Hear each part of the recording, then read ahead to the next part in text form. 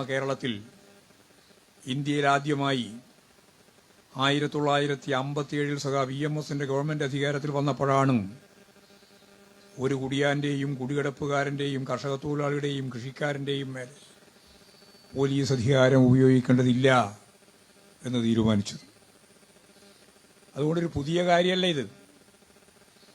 1957 സഖാവ് EMSന്റെ ഗവൺമെന്റ് മുതൽ ആരംഭിച്ച ഈ പാവപ്പെട്ട മനുഷ്യരുടെ സംരക്ഷണത്തിനു വേണ്ടി പ്രവർത്തിക്കുന്ന ഒരു പ്രസ്ഥാനം എന്ന നിലയിൽ ഇടതുപക്ഷ പ്രസ്ഥാനങ്ങൾ, പുരോഗമന പ്രസ്ഥാനങ്ങൾ, communist party of India, Marxist ഉൾപ്പെടെ അതിശക്തിയായ സമരങ്ങളിലൂടെ, പോരാട്ടങ്ങളിലൂടെയാണ് കേരളത്തിലെ ഇന്നത്തെ വർത്തമാന കാലഘട്ട ജനതയെ സൃഷ്ടിച്ചത്. യാദൃശ്ചികമായി സംഭവിച്ച ഒന്നല്ല കേരളത്തിന്റെ വളർച്ച. ഇടതുപക്ഷമെന്ന് പറഞ്ഞു നടക്കുന്ന ചില ആളുകളുണ്ട്, അവർ പറയുന്നത് പോലെ രൂപപ്പെട്ടു വന്നതുമല്ല. 1957 ആദ്യമായിട്ട് സഖാവ് EMSന്റെ ഗവൺമെന്റ് ഇന്ത്യയിൽ പറഞ്ഞു, ഒരു മനുഷ്യനെയും ഇനി കുടി ഒഴിപ്പിക്കരുത്.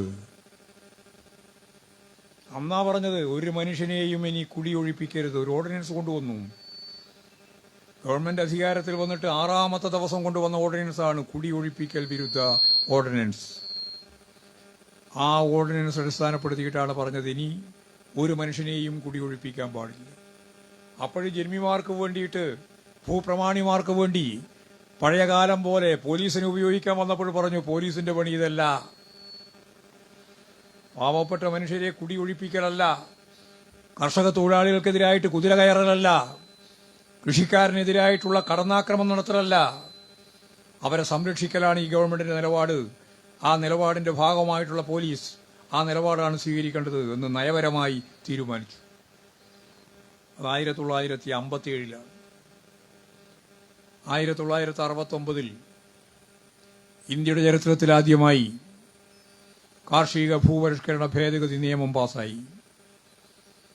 അതിന് യാദൃശ്ചികമായി സംഭവിച്ചതല്ല, നിരവധി പോരാട്ടങ്ങളുടെയും സമരങ്ങളുടെയും ഭാഗമായി 1967 അധികാരത്തിൽ വന്ന സഖാവ് EMSന്റെ ഗവൺമെന്റ് 1969 ഒക്ടോബർ 14 അന്ന് സഖാവ് ഗൗരിയമ്മ പൈലറ്റ് ചെയ്ത ആ ബില്ല് നിയമമാക്കാൻ കഴിയും. വലിയ ചർച്ചയൊക്കെ നടന്നെങ്കിലും അവിടെ ഏകണ്ഠമായിട്ട് തന്നെയാണ് ആ നിയമം നിർമ്മിച്ചപ്പെട്ടത്. കോൺഗ്രസുകാരൊക്കെ ഉണ്ടായിരുന്നു, പക്ഷേ അവരൊക്കെ എതിർത്തിരുന്നു. ഏകണ്ഠമായിട്ട് ആ നിയമം നിർമ്മിക്കാൻ നമുക്ക് കഴിഞ്ഞു. ആ നിയമം നടപ്പിലാക്കുന്നതിന് മുമ്പ് വീണ്ടും കോൺഗ്രസിന്റെ നേതൃത്വത്തിലുള്ള ഗവൺമെന്റ് വന്നു, ഒരു കുറുമുന്നണി ഗവൺമെന്റ് വന്നു. അവരെ നടപ്പിലാക്കാൻ കൂട്ടാക്കാത്ത സാഹചര്യം വന്നു. ആ സാഹചര്യത്തിലാണ് 1969 ഡിസംബർ മാസം 14 ആലപ്പുഴയിൽ കർഷക തൊഴിലാളികളുടെ അതിശക്തിയായ രീതിയിലുള്ള ഒരു ജനകീയ മുന്നേറ്റം സൃഷ്ടിച്ചു. 5 ലക്ഷം ആളുകൾ പങ്കെടുത്ത മഹാസമ്മേളനം. സുന്ദരയ്യ ഉൾപ്പെടെയുള്ള നേതാക്കൾ, AKG, EMS, CH Kanaran, EK Nayanar, മുഴുവൻ നേതാക്കന്മാരും നിറഞ്ഞു നിൽക്കുന്ന ഒരു വലിയ വേദി. ഇന്ത്യയുടെ ചരിത്രത്തിൽ ആദ്യമായിട്ടൊരു പ്രഖ്യാപനം നടന്നു, ഒരു പുതിയ തലത്തിൽ. ആ പ്രഖ്യാപനം ഇങ്ങനെയായിരുന്നു. അത് സഖാവ് AKG പ്രഖ്യാപിച്ചത്. അന്ന് പ്രഖ്യാപിച്ച പ്രഖ്യാപനം എന്താണ്? നിങ്ങൾ നിയമം നടപ്പിലാക്കിയാലും നടപ്പിലാക്കിയില്ലെങ്കിലും, നിയമം പാസാക്കിയല്ലോ, നിങ്ങൾ നിയമം നടപ്പിലാക്കിയാലും നടപ്പിലാക്കിയില്ലെങ്കിലും 1970 ജനുവരി മാസം 1 ഈ നിയമം നടപ്പിലായതായി ഞങ്ങളിതാ പ്രഖ്യാപിക്കുന്നു. 1921 ഇവിടെ താമസം തുടങ്ങിയത്. 1970 ജനുവരി 1 ഈ കേരളം ഈ നിയമം നിങ്ങൾ നടപ്പിലാക്കിയാലും നടപ്പിലാക്കിയില്ലെങ്കിലും ഞങ്ങളിതാ പ്രഖ്യാപിക്കുന്നു, ആ നിയമം ഞങ്ങൾ നടപ്പിലാക്കും. ഇതാണ് സഖാവ് AKGയുടെ പ്രസംഗം. വളരെ ഹ്രസ്വമായ പ്രസംഗമാണ്. ആ പ്രസംഗം കേട്ട ജനത അന്ന് ഇറങ്ങി. അത് ഞാൻ നേരത്തെ പറഞ്ഞ ഒക്ടോബർ 14 നിയമം പാസാക്കി. അതിനുശേഷം നിയമം നടപ്പിലാക്കാൻ കൂട്ടാക്കാതിരുന്നപ്പോൾ ഡിസംബർ 14 പ്രത്യേക കൺവെൻഷൻ വിളിച്ചു ചേർത്തി, ഈ സമ്മേളനം വിളിച്ചു ചേർത്തിട്ട് പരസ്യ പ്രഖ്യാപനം നടത്തി. 1970 ജനുവരി മാസം 1 കേരളത്തിലെ മുഴുവൻ മനുഷ്യരും വളരെ ശക്തമത്തായ രീതിയിൽ ഇറങ്ങുകയാണ്. കുടികടപ്പ് ഉറപ്പിക്കാൻ വളച്ചു കിട്ടി. വലിയ മാതൃഭൂമി, മനോരമ തുടങ്ങിയ എല്ലാ പത്രങ്ങളും വലിയ രീതിയിലുള്ള വാർത്താ ശൃംഖലകൾ സൃഷ്ടിച്ച്, ഇന്നത്തെ പോലെ ഈ സംവിധാനങ്ങളൊന്നുമില്ലല്ലോ, ഉള്ളത് ഈ മനോരമയും മാതൃഭൂമിയും ഒക്കെ തന്നെയാണ്. അവർ ഞങ്ങൾക്കെതിരായിട്ട് വലിയ രീതിയിൽ കയറി എന്ന് പറഞ്ഞാൽ ഗോപാലപ്പട, അതൊക്കെ അന്ന് AKജിനെ പറ്റി പറഞ്ഞതാണ്. ഗോപാല സേന അന്ന് വലിയ രീതിയിൽ കടന്നാക്രമണം നടത്തി. കടന്നാക്രമണത്തിന് 18 സഖാക്കളാണ് മരിക്കേണ്ടി വന്നത്. ഭാർഗവി എന്ന സ്ത്രീ സഖാവ് ഉൾപ്പെടെ രക്തസാക്ഷിയായി. വളരെ യാദൃശ്ചികമായി സംഭവിച്ചു പോയതാണ് ഈ കുടികിടപ്പും അതിന്റെ അവകാശവാദങ്ങളും അതിന്റെ ഭാഗമായിട്ടുള്ള വീട്ടിൽ താമസിക്കുന്നത് എന്ന് പലരും ധരിച്ചു വെച്ചിട്ടുണ്ടല്ലോ. അല്ല, 18 സഖാക്കളെ വെടിവെച്ച് കൊന്നു, ആക്രമിച്ച് കീഴ്പ്പെടുത്തി കൊന്നു.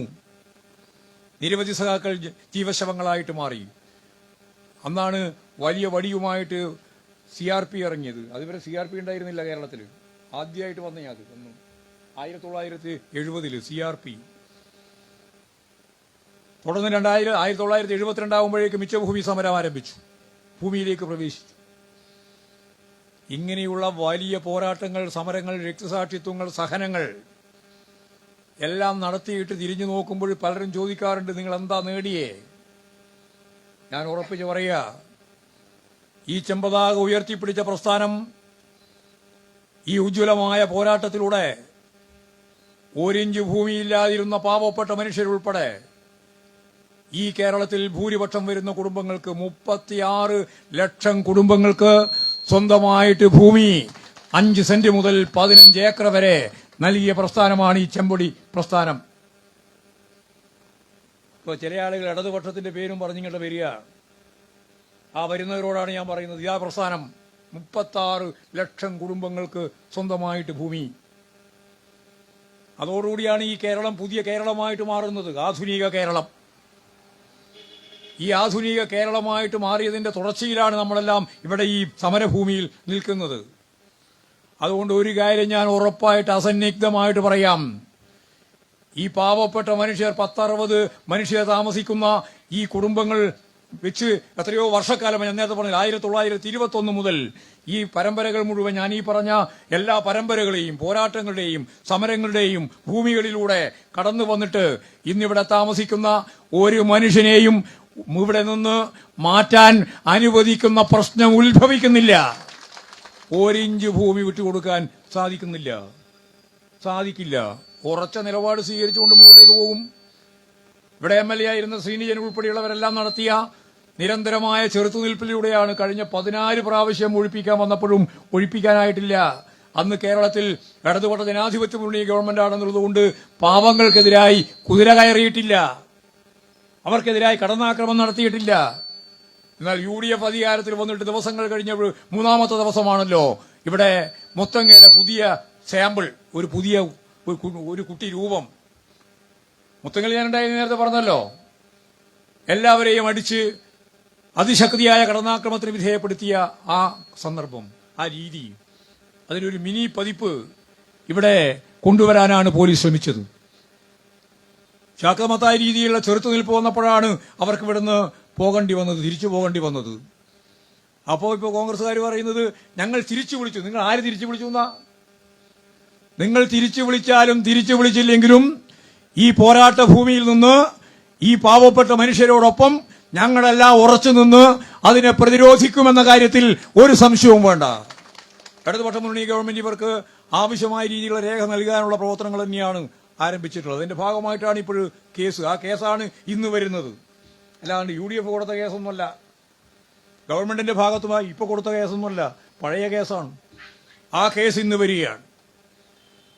കേസുമായി ബന്ധപ്പെട്ട് ഞാൻ ഒന്നും കടക്കുന്നില്ല, കേസിന്റെയൊന്നും ഞാനിപ്പം കടക്കാൻ ഉദ്ദേശിക്കുന്നില്ല. എന്ത് വിധി വന്നാലും, ആരെ വിധി ഉണ്ടായാലും, ഇവിടെ ജനകീയമായ ഒരു വിധിയുണ്ട്. എത്രയോ പതിറ്റാണ്ടുകൾക്ക് മുമ്പ് തന്നെ രൂപീകരിച്ച വ്യക്തമാക്കപ്പെട്ട വിധി. ഇവിടെ താമസിച്ചുകൊണ്ടിരിക്കുന്ന 1921 മുതൽ താമസിച്ചുകൊണ്ടിരിക്കുന്ന മനുഷ്യരുടെ വീടും കുടികിടപ്പും ഒന്നും അവർക്ക് നഷ്ടപ്പെടാൻ അനുവദിക്കാൻ പറ്റില്ല. അതുകൊണ്ട് അതിശക്തമത്തായ രീതിയിൽ ജനകീയ മുന്നേറ്റം സൃഷ്ടിച്ചുകൊണ്ട് ഇവിടെ പ്രതിരോധം തീർക്കും. അതിന്റെ ആവേശകരമായ ഒരു സ്ഥിതിയാണ് അതിനുശേഷം ഇവിടെ കടന്നാക്രമണം നടന്ന ആ നിമിഷം മുതൽ വിവിധ മേഖലയിലുള്ള ജനാധിപത്യ ശക്തികൾ, പുരോഗമന കലാസാഹിത്യ സംഘം, അതുപോലെ തന്നെ ഇതിനു മുമ്പ് തന്നെ യുവജന പ്രസ്ഥാനം, അതുപോലെ തന്നെ കർഷക തൊഴിലാളി പ്രസ്ഥാനം, എല്ലാ വിഭാഗം ജനങ്ങളും വ്യക്തികളുമെല്ലാം ഇവിടെ അതിശക്തമത്തായ രീതിയിൽ പ്രതിരോധ കോട്ട തീർത്തുകൊണ്ട് ഈ ഗവൺമെന്റിന് ഇനിയും മനസ്സിലായില്ലെങ്കിൽ മനസ്സിലാക്കിക്കോ എന്ന ധാരണയോടുകൂടി തന്നെയാണ് ഞങ്ങൾ മുന്നോട്ടേക്ക് പോകുന്നത്. ഈ ഭൂമിയിൽ നിന്ന് ഒരു മനുഷ്യനെയും ഇറക്കാൻ അനുവദിക്കില്ല എന്ന പ്രഖ്യാപനമാണ് ഇവിടെ എല്ലാവരും നടത്തിക്കൊണ്ടിരിക്കുന്നത്. അതിന്റെ ഒപ്പം communist party of India Marxist ഒരു സംശയവും വേണ്ട, ഞങ്ങൾ ഇതിന്റെ ഒപ്പം ഉറച്ചു നിൽക്കും. ഏത് നിമിഷവും മുന്നോട്ടേക്ക് പോകാൻ ഇവരോടൊപ്പം ഞങ്ങളുണ്ട് എന്ന് മാത്രം ചൂണ്ടിക്കാണിച്ചുകൊണ്ട് ഈ പരിപാടിയിൽ പങ്കെടുത്തുകൊണ്ടിരിക്കുന്ന എല്ലാവരെയും അഭിവാദ്യം ചെയ്തുകൊണ്ട് ഇങ്ങനെ ഒരു മുൻകൈ, ഇത് പുതിയതാണ്, ഇത് പഴയതാണെന്ന് നിങ്ങൾ ധരിക്കണ്ട.